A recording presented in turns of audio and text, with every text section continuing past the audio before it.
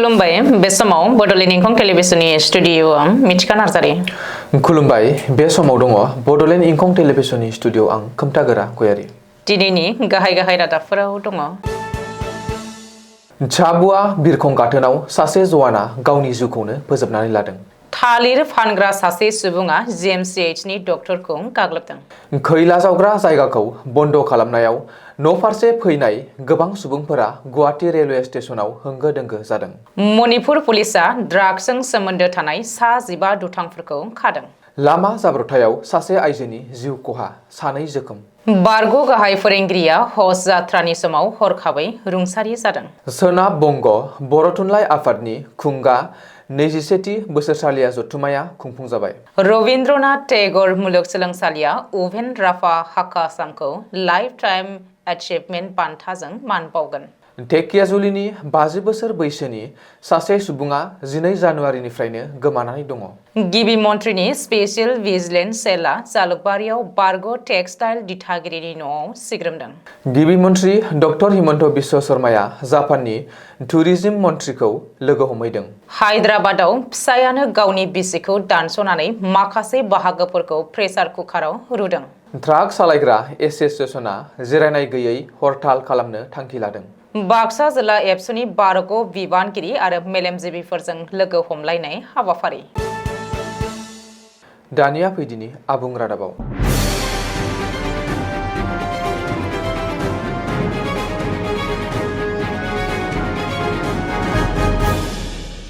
डिब्रुगड़ जिल्लानि झाबुआ बिरखं गाथोनाव डिउटि होबाय थानाय समावनो सासे जवाना सोमोनांथावै थैनायखौ मिथिनो हादों।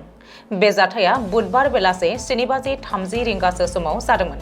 थैनाय जवानखौ 956 स्क्वाड्रननि कर्परेल रेंकनि जवान रुपेश सिंह पामा होननानै सिनायथिनाय जादों। रिपर्ट बायदिब्ला डिउटि होनाय समाव गावनि AK-103 सार्भिस राइफलजोंनो गावनि जिउखौ फोजोबनानै लादोंमोन। बे जाथायनि दसे समनि उनाव जायगानिनो पुलिसआ जाथायसालियाव नुजाथिफैनानै जाथायनि गुबै जाहोनखौ मिथिनो थाखाय गोख्रोङै राहा लानाय जायो। भाङाखराव सासे डक्टरखौ जरजुलुमै गाग्लोबनानै जोखोम खालामनायनि दायाव सासे थालिर फानग्रा सुबुंखौ पुलिसआ खाबाय। जोखोम जानाय डक्टरखौ गुवाहाटी मेडिकेल कलेज आरो हस्पिटालाव मावग्रा डक्टर हिमांशु राजबंशी होननानै सिनायथिनाय जादों। लोगोसेनो भाङाखराव पुलिसआ खानाय दायनिगिरिखौ इमदादुल हक होननानै मिथिमोननाय जादों। मिन्थिनो मोननाय बादिब्ला दायनिगिरिया बिखौ सोलो बाहायनानै खेमसिजों गाग्लोबदोंमोन। जाहोनाव जोखोम जानाय डक्टरखौ दासान्दि जिएमसिएचनि इमारजेन्सि वार्डआव गोगो फाहामथाय होनो गोख्रैनो थिसननाय जायो। मार्केरिटा लेड' ओनसोलाव आयेननि बेरेखायै खैला जावनायखौ आसाम पुलिसआ आयेननि गोख्रों राहाजों बन्द खालामनानै होबाय। जाहोनाव गासै सुबुंफोरा न'आव फैनो थाखाय बृहस्पतिबारखालि फुंनि समाव ट्रेनजों गुवाहाटीआव जमा जाफैनायखौ नुनो मोन्दों। मख'नो गोनांदि फुंनि 5:10 रिंगासो समाव तिनसुकिया लेड' इन्टारसिटि एक्सप्रेसआव गाखोनानै गुवाहाटी रेलवे स्टेशनाव मोनफैनायनि उनावनो स्टेशनाव होंगो दोंगोआ बारासिन जायो। रिपर्ट बायदिब्ला गवालपारा, धुबुरी, नगाव, मरिगाव आरो हाइलाकान्दि जिल्लानिफ्राय खमैबो 3,000निबो बांसिन सुबुंफ्रा बन्द जानायनि जाहोनाव ट्रेनजों फैफिननो गोनां जादोंमोन। मार्केरिटा लेड' आरो लेखापानि ओनसोलाव आयेननि बेरेखायै खैला जावनायखौ उमरांसुआव जानाय जाथायखौ गोख्रों नोजोर खालामनानै बन्द खालामनाय जादों होननानै मिथिनो हादों। बेनि सिगाङावबो आसामनि गिबि मन्थ्रि डक्टर हिमन्त बिश्व शर्माया रायजोनि गासैबो खैला जावग्रा जायगाखौ 7 साननि गेजेरावनो बन्द खालामनो गोख्रों बिथोन होनाय जादोंमोन होननानै आसामनि DGP GP सिंहआ फोरमायथिदों।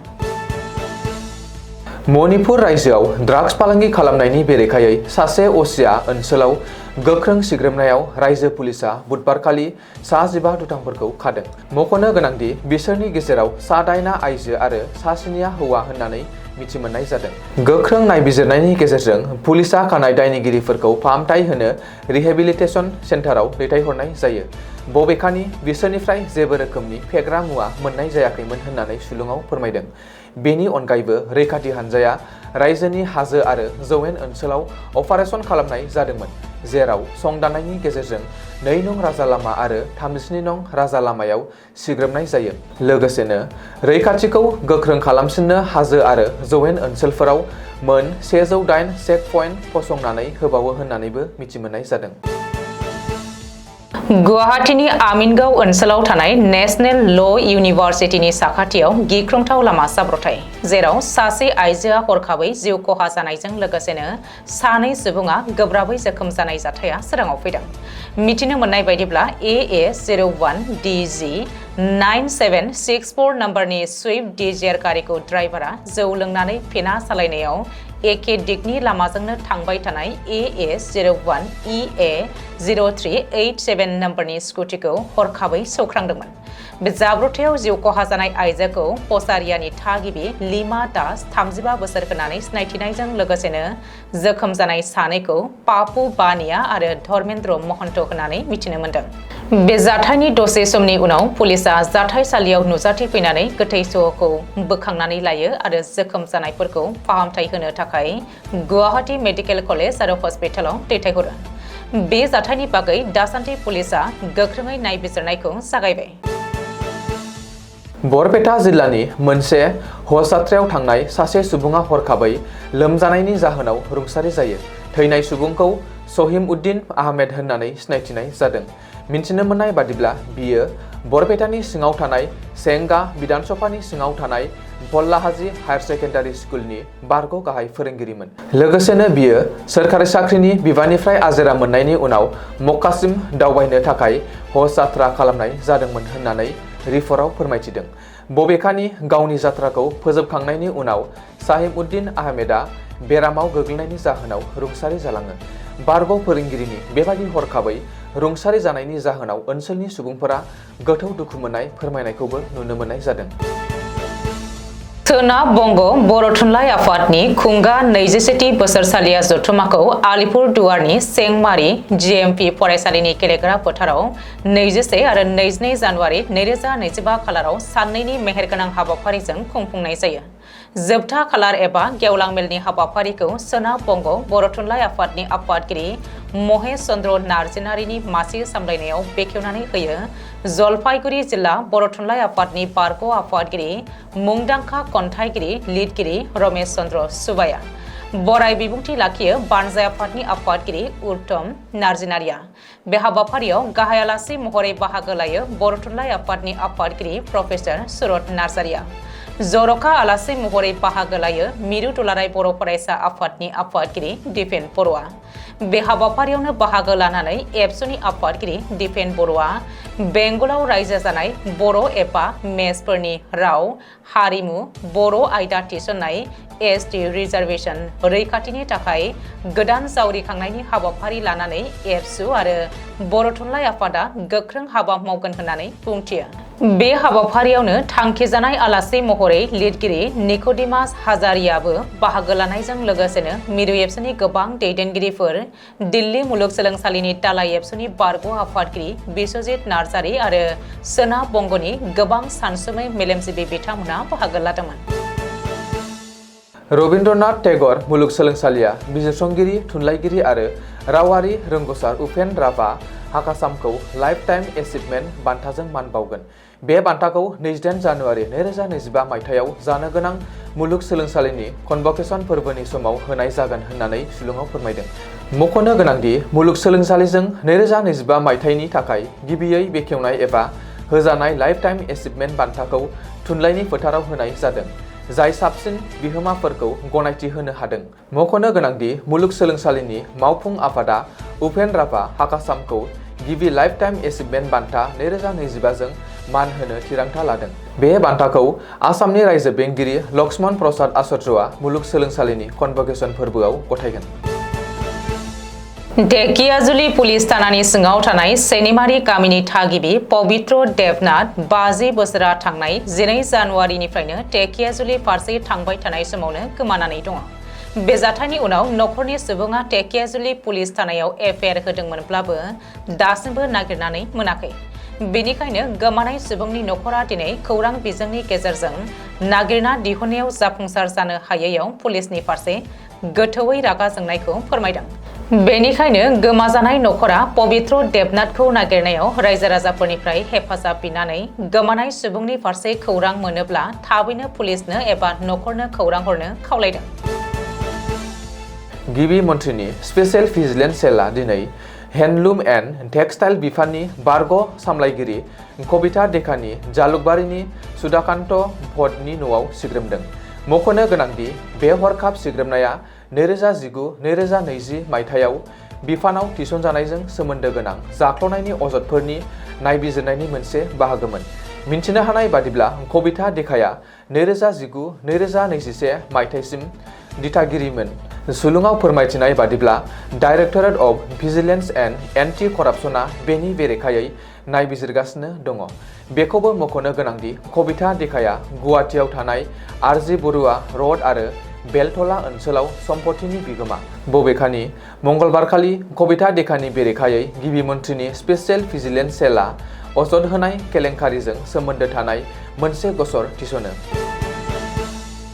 जापाननि राजथावनि टकिय'आव दिनै आसामनि गिबि मन्थ्रि डक्टर हिमन्त बिश्व शर्माया जापाननि हान्था मेला आरो टुरिजम मन्थ्रि परुकावा जासुजिखौ लोगो हमहैदों। लोगो हमनानै सावरायनायाव रायजोनि हान्था मेला आरो जापाननि दावबायारिफोरखौ काजिरङा, चराइदेव बायदि आसामनि गोबां दावबायारि थावनिफोराव दावबायफैनांगौ होननानै गुवारै सावरायजादों होननानै मिथिहोदों गिबि मन्थ्रि डक्टर हिमन्त बिश्व शर्माया। बे खाबुआवनो गिबि मन्थ्रिया जापाननि टकिय'आव थानाय नेताजी सुभाष चन्द्र बसुनि मुसुखायाव बिबार बावो। हायद्राबादनि सासे सुबुङा गावनि बिसिखौनो बुथारदोंमोन आरो गोथै सहखौ दानस'नानै माखासे बाहागोफोरखौ प्रेसार कुकाराव रुनानै दायखौ दोनखोमानो नाजानाय जाथाया सोराङाव फैदों। मिन्थिनो हानाय बादिब्ला रैखाथि बिजिरसं आरो जौगाखां आफादाव सिकिउरिटि गार्ड महरै खामानि मावग्रा सासे बारग' रौनिया 45 बोसोर बैसोनि गुरुमुर्तिया गावनि बिसिखौ बुथारनायनि बागै पुलिसनि सिगाङाव सिमान लादोंमोन। गावनि फिसायजोंनो बुथारजानाय 35 बोसोर बैसोनि वेंकट माधवीखौ 16 जानुवारि खालारखालि बिनि नखरा गोमानायनि खौरां मोन्दोंमोन। बे जाथायनि बागै पुलिस नायगिदिंगिरि नागराजुआ बुंथिनाय बादिब्ला बुथारजानाय बिमा बिफाया गोमानायनि बागै अजद होदोंमोन आरो फिसायाबो बिसोरजों फैफादोंमोन, जायनि थाखाय फिसायखौ सन्देह खालामनाय जायाखैमोन। अदेबानि नायबिजिरनायनि उनाव दायनिगिरि गुरुमुर्तिया पुलिसनि सिगाङाव गावनि बिसिनि गोथै सहखौ बाथरुमाव दानस'दोंमोन आरो मोनसे कुकाराव रुदोंमोन होननानै सिमान लायो। गोथै देहानि बैफोर बाहागोफोरखौ सानथामसिम बेदर आरो बेगेंफोरखौ गोबां खेब संनायनि उनाव आद्रा थालांनाय माखासे बाहागो आरो बेगेंफोरखौ पेकिं खालामदोंमोन आरो मोनसे बिलोआव गारहैदोंमोन होननानै दायनिगिरि फिसाया सिमान लादों। मख'नो गोनांदि बिसोरहा सासे हौवासा आरो सासे हिनजावसा सानै गथ'फोर दङमोन। खौरां मोननाय बादिब्ला सानैनि गेजेराव गोबां खेब गले गले नांज्लायबाय थानाय जाथाया जाबाय थायोमोन होननानैबो सुलुङाव फोरमायदों। आसामनि बराक सेरफां सिलचर नोगोरनिफ्राय मिजोरामनि राजथावनि आइजलसिम थांनाय राजा लामानि हालोदा आथिखालाव जोबोद गाज्रि। बेनिखायनो मुवा बेसाद रोगाग्रा ट्राक सालायग्रा एसोसिएशनआ सोरखारनि हेंथायै जिरायनाय गैयै हरताल खालामनो थांखि लादों होननानै एसोसिएशननि गाहाय नेहाथारि दिना क्लाउआ खौरांगिरिनि सिगाङाव फोरमायथिदों। आथिखालाव अखा बांखा गैयै मेसें समावनो सिलचरनिफ्राय मिजोरामाव थांनाय लामाखौ फाहामनांगौमोन, नाथाय पिडब्लिउडि बिफाना दासिमबो जेबोखौनो खेरायाखै आरो राहा लानायखौ नुनो मोनाखै होननानै बुंबावदों क्लाउआ। बाक्सा जिल्ला एबसुआ मुसलपुराव थानाय जिल्ला मावख' मुगानि आगदारि बानेश्वर बसुमतारीनि न'आव एबसुनि बारग' बिबानगिरि लोगोसे मेलेमजिबिफोरजों ज' लोगो हमलायनाय आरो मागो दमासिनि बोथिसे जालायनाय हाबाफारि लायो। बाक्सा जिल्ला एबसुनि आफादगिरि उमेश दैमारिनि मेल सालायनायाव बे हाबाफारियाव मेल जागायनायनि सिगां मुंख्लंफोरनो दाहा बावो। मुंख्लंफोरनो दाहा बावनायनि उनावनो हाबाफारि बायदियै बारग' बाक्सा जिल्ला एबसुनि बिबानगिरिफोर आरो बाहागो लाफैनाय मेलेमजिबि बिथांफोरखौ फारि फारियै बरायनायजों लोगोसे सिनायथि होनाय जायो। बे सिनायथिनि उनावनो बाहागो लानाय साफ्रोमबो बारग' बिबानगिरिफोर आरो मेलेमजिबि बिथांमोनहा मागो दमासिनि गाहाम हामलायनाय बावनायजों लोगोसेनो बर' हारि दानायाव एबसुनि थांखि आरो नोजोर बेखौ लानानै बयबो सुबुरुन होनायजों लोगोसेनो गुवारै सावरायलायनायखौ नुनो मोनो।